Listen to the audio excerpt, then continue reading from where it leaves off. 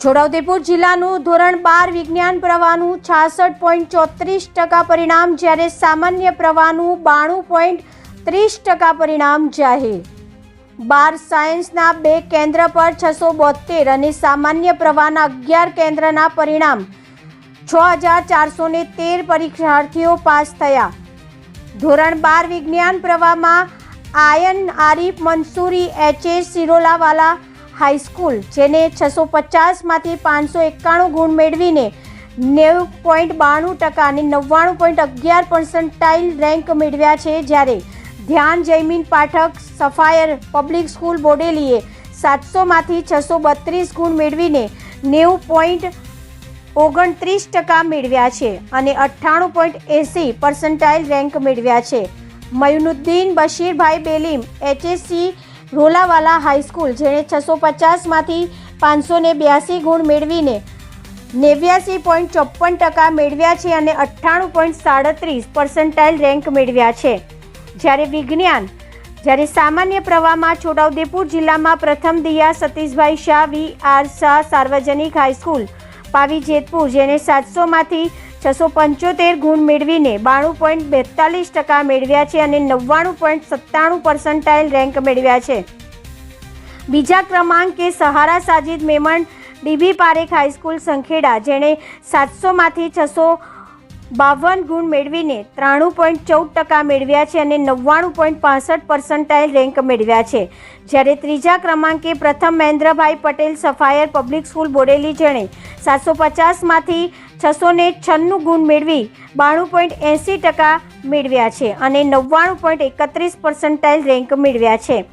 ગુજરાત રાજ્ય ઉચ્ચતર માધ્યમિક શિક્ષણ બોર્ડ દ્વારા સમગ્ર રાજ્યમાં ધોરણ 10 અને 12ની પરીક્ષા તારીખ 26 ફેબ્રુઆરી 2026થી લેવામાં આવી છે, જે અંતર્ગત છોટાઉદેપુર જિલ્લામાં વિજ્ઞાન પ્રવાહના છોટાઉદેપુર કેન્દ્ર પર 663 અને બોડેલી કેન્દ્ર પર 409 કુલ 1013 પરીક્ષાર્થીઓ બેઠા હતા, જેમાંથી 672 પરીક્ષાર્થીઓ પાસ થયા છે અને 345 પરીક્ષા કે નપાસ થયા છે।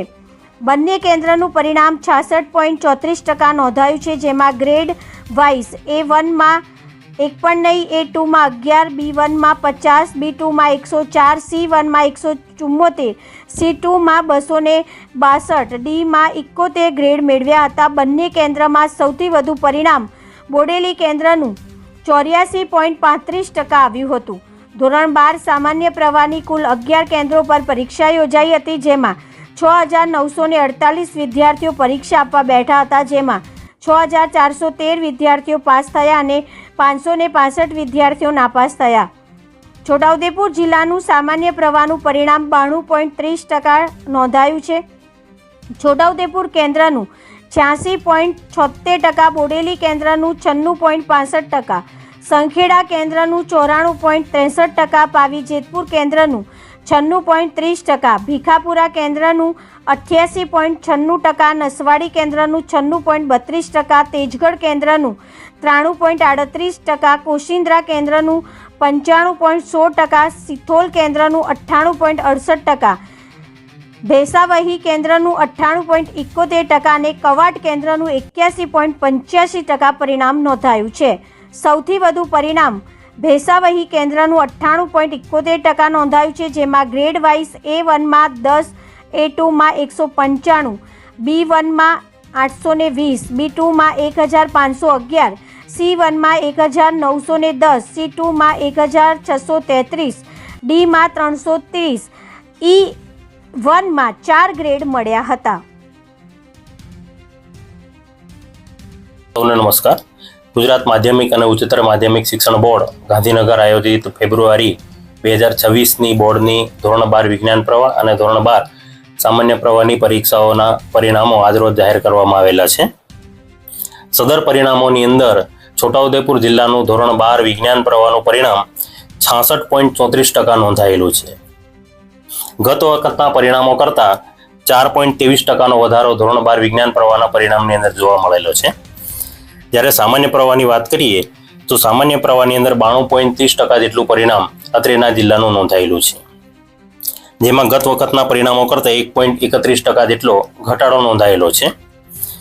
ધોરણ 12 વિજ્ઞાન પ્રવાહની અંદર કુલ 2 કેન્દ્રો ઉપર પરીક્ષાનું આયોજન કરવામાં આવેલું હતું, જેમાં બોડેલી કેન્દ્રનું સૌથી વધારે પરિણામ 84.35% નોંધાયેલું છે વિજ્ઞાન પ્રવાહમાં, જ્યારે છોટાઉદેપુર કેન્દ્રનું 57.62% પરિણામ નોંધાયેલું છે. એ જ પ્રમાણે ધોરણ 12 સામાન્ય પ્રવાહની અંદર અત્રેના જિલ્લામાં કુલ 9 પરીક્ષા કેન્દ્રો ઉપર પરીક્ષાનું આયોજન કરવામાં આવેલું હતું, જેમાં સૌથી વધારે પરિણામ ધરાવતું કેન્દ્ર છે ભેંસાવહી, જેનું પરિણામ છે 98.71%. સૌથી ઓછું પરિણામ છે એ કવાંટ કેન્દ્રનું છે 81.45%. સારું પરિણામ મેળવવા બદલ સૌ વિદ્યાર્થીઓને, આચાર્યોને, શિક્ષકોને, નિરીક્ષણ સ્ટાફને ખૂબ ખૂબ અભિનંદન આપવામાં આવે છે. આ જ પ્રમાણે સતત મહેનત કરીને, પ્રયાસો કરીને છોટાઉદેપુર જિલ્લાનું પરિણામ ઉત્તરોત્તર વધતું રહે એવી સૌને હું શુભેચ્છાઓ પાઠવું છું. અસ્તુ. જય હિન્દ, જય ભારત.